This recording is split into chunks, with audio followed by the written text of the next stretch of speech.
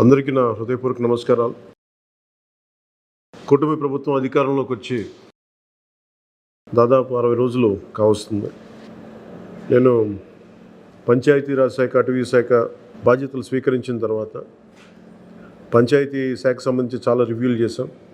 Rural water supply, రోడ్లకు సంబంధించి చాలా రిపోర్ట్స్లో తెలియజేస్తూనే వచ్చాను. ఏ స్థాయిలో నిధులు సరిగ్గా పంపిణీ జరగలేదు, వచ్చినా దాని దుర్వినియోగం జరిగినాయి. ఈ పరిస్థితుల్లో కూటమి ప్రభుత్వం చాలా చిత్తశుద్ధితోటి ఈ పంచాయతీరాజ్ వ్యవస్థని బలోపేతం చేయాలి అని చెప్పి చాలా బలమైన నిర్ణయం తీసుకున్నాం. దాంట్లో భాగంగానే 3 కీలకమైన నిర్ణయాలు తీసుకున్నాం. ఒకటి, ఆగస్టు 15 ఈ జెండా పండుగకి సంబంధించి. 2, మనకి జాతీయ ఉపాధి హామీ పథకానికి సంబంధించి ఒకటే రోజున 13,326 పంచాయతీల్లో గ్రామసభ తీర్మానాలు జరగాలి. ఆ దిశగా అడుగులు వేస్తూ ఉన్నాం. ఈ గ్రామసభ తీర్మానం అంటే ఏంటంటే, జాతీయ ఉపాధి హామీ పథకం ద్వారా వచ్చే కేటాయించిన పనులకు కానీ నిధులకు కానీ ఆ ప్రజాప్రతినిధులు, ఆ ఎమ్మెల్యేలు కానీ, గ్రామ సర్పంచులు కానీ, పంచాయతీ సర్పంచులు కానీ, ఆ పంచాయతీలో ఉన్న ప్రజలు కూడా అందరూ ఏకగ్రీవంగా అంటే ఏ పనులు జరగాలి, జాతీయ ఉపాధి హామీ పథకానికి సంబంధించిన ఆ పనులకి మన గ్రామాల్లో ఏ పనులు జరగాలి, ఏ పనులకి ఆ నిధులు కేటాయించాలి, ఈ దృష్టిలో గ్రామసభ తీర్మానం జరుగుతుంది. విడివిడిగా కాకుండా ఒకటే రోజున 13,326 పంచాయతీల్లో ఒకటే రోజున గ్రామసభ తీర్మానాలు జరగాలని కీలకంగా ఆదేశించడమైనది. ఆ విధంగా ముందు ఒకటి చేస్తూ ఉన్నాం. రెండవది, జల్ జీవన్ మిషన్. అంటే ప్రతి ఇంటికి కుళాయి అనేది ప్రధానమంత్రి గారి ఆకాంక్ష, ఆశయం. ఏ ప్రభుత్వం కనీసం మానవ హక్కు ఇది. అలాంటి జల్ జీవన్ మిషన్కి సంబంధించి గత 5 సంవత్సరాలుగా ఎక్కడ కూడా సంతృప్తికరంగా గత ప్రభుత్వం చేయలేదు. రాష్ట్రంలో గ్రామీణ తాగునీటి సరఫరా ఇది అసలు ఏ స్థాయిలో ఉంది? ఉదాహరణకి జల్ జీవన్ మిషన్ కింద ఒక దాదాపు 27,000 కోట్లు ఖర్చు చేయాల్సి వస్తే గత ప్రభుత్వం 4,000 కోట్లే ఖర్చు చేస్తుంది. ఆ 4,000 కోట్లు ఖర్చు కూడా పెట్టిన విధానం ఏ స్థాయిలో ఉంది? నిజంగా నీటి సరఫరా అవుతుందా? ఉదాహరణకి చాలామంది ఎమ్మెల్యేలు అందరూ కూడా నా దృష్టికి తీసుకొచ్చినా కూడా నాకు వాళ్ళు ఇచ్చే ఈ పిటిషన్స్ కానీ ఇవన్నీ కూడా ఏం తెలియజేస్తున్నాయంటే, పంచాయతీల్లో కానీ గ్రామాల్లో కానీ జేజే మిషన్ కింద పైప్ లైన్లు వేశారు, కానీ దానికి ఆ నీటి సరఫరా ఉండే ఇది లేదు, దానికి వాటర్ సోర్స్ లేకుండా పైప్ వేసి వెళ్ళిపోయారు.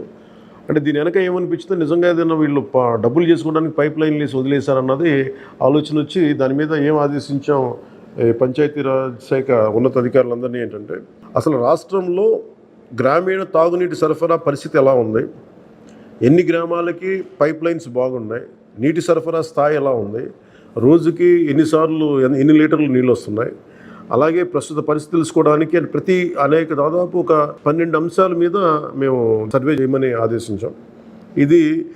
దీన్ని పల్స్ సర్వేగా మీ దృష్టికి తీసుకొస్తున్నాం. ఇది పల్స్ సర్వే చేపడుతున్నాం.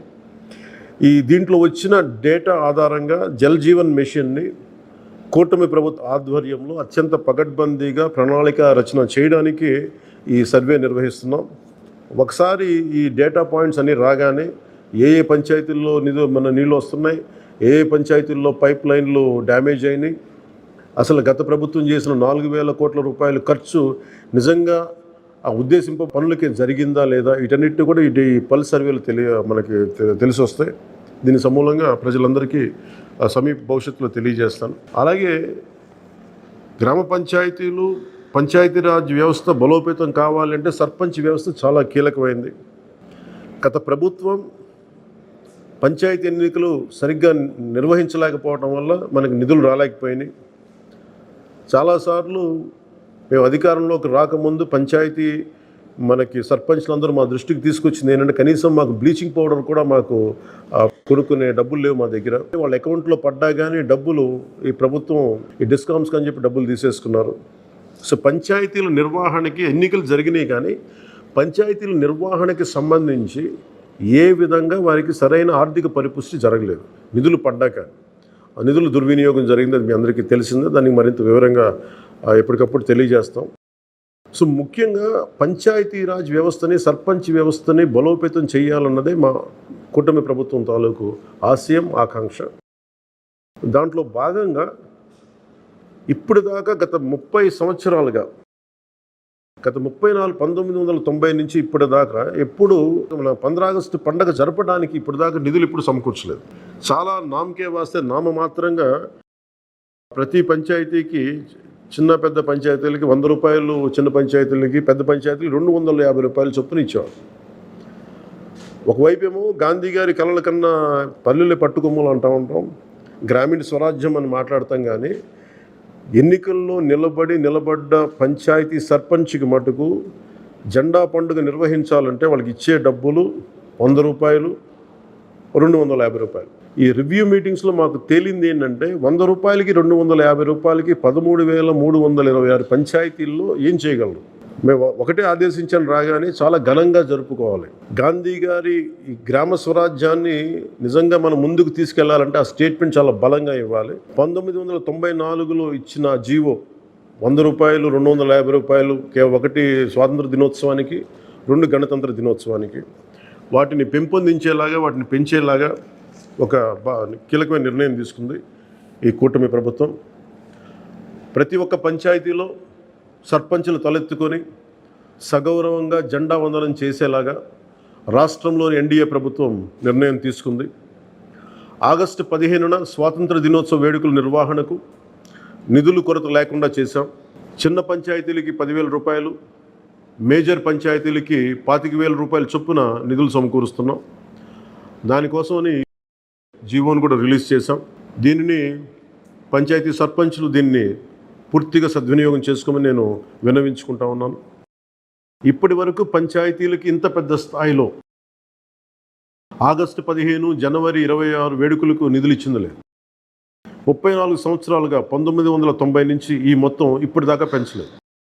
34 సంవత్సరాలుగా ఈ పండగలకి, జెండా వందనం పండగ కానీ, గణతంత్ర దినోత్సవానికి కానీ 100 రూపాయలు, 200 రూపాయలు చొప్పున ఇచ్చేవాళ్ళు. ఈ మొత్తాన్ని గణనీయంగా పెంచాలని చెప్పి కూటమి ప్రభుత్వం నిర్ణయం తీసుకొని జీవో జారీ చేసింది. 13,326 పంచాయతీల్లో ఘనంగా, గౌరవంగా స్వాతంత్ర దినోత్సవ వేడుకలు సాగాలన్నదే మా కూటమి ప్రభుత్వం ఉద్దేశం.